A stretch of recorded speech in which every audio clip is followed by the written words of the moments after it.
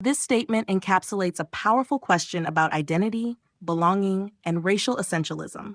Let's explore its layers and the underlying biases it exposes. 1. Racial essentialism and identity policing. Racial essentialism is the idea that certain traits, behaviors, or appearances define an entire racial or ethnic group. In this scenario, the speaker confronts the expectation that they must look Chinese in a particular way to validate their identity. This concept of looking Chinese implies a narrow, stereotypical standard based on external features, ignoring the diversity within Chinese and broader Asian identities.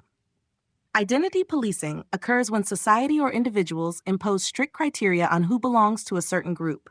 In this case, the person is pressured to prove their Chineseness based on appearance rather than cultural, linguistic, or personal connections.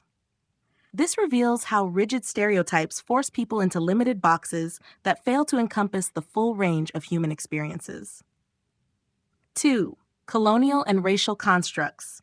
The expectation that certain people must look a specific way stems from colonial practices of categorizing and controlling populations based on physical traits. This practice dehumanizes individuals by reducing them to observable characteristics, much like the pseudoscientific racial science that sought to classify people hierarchically. This mindset has persisted, especially in Western societies, where racial and ethnic groups are expected to conform to specific images. This standard of looking Chinese or belonging based on looks is part of the broader racial constructs that simplify and flatten the complexity of ethnic identities, reinforcing harmful reductionist stereotypes. Cultural diversity and diaspora identity. For many in the Chinese diaspora, identity is a blend of cultural, regional, linguistic, and personal experiences that may or may not align with traditional appearances.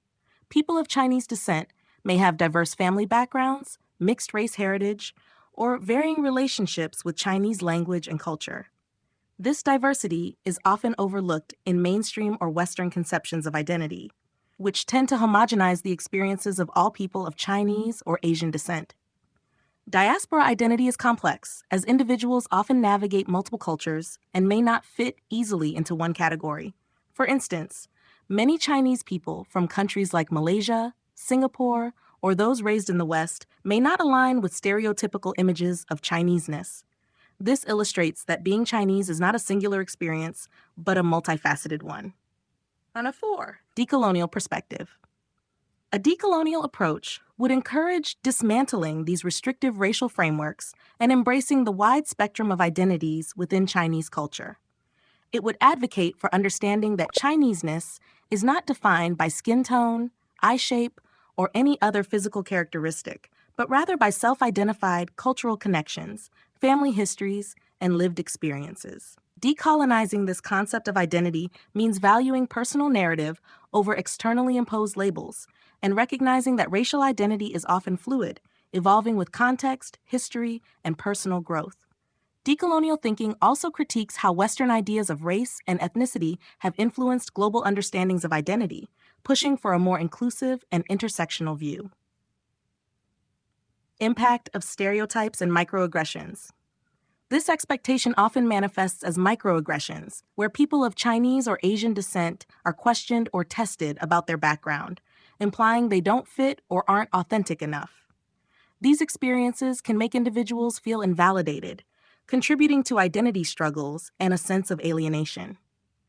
Such stereotypes also perpetuate a narrow view of Chinese culture, where individuals who may not speak Mandarin or fit certain physical stereotypes are viewed as less authentic, leading to an exclusionary view of ethnicity and culture.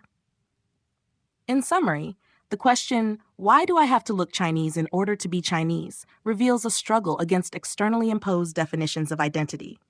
It challenges the stereotype that physical traits define culture and ethnicity, calling for a shift toward a more inclusive, decolonial understanding of identity that respects diverse ways of being Chinese. This scenario exemplifies how complex personal identities often transcend simplistic racial expectations.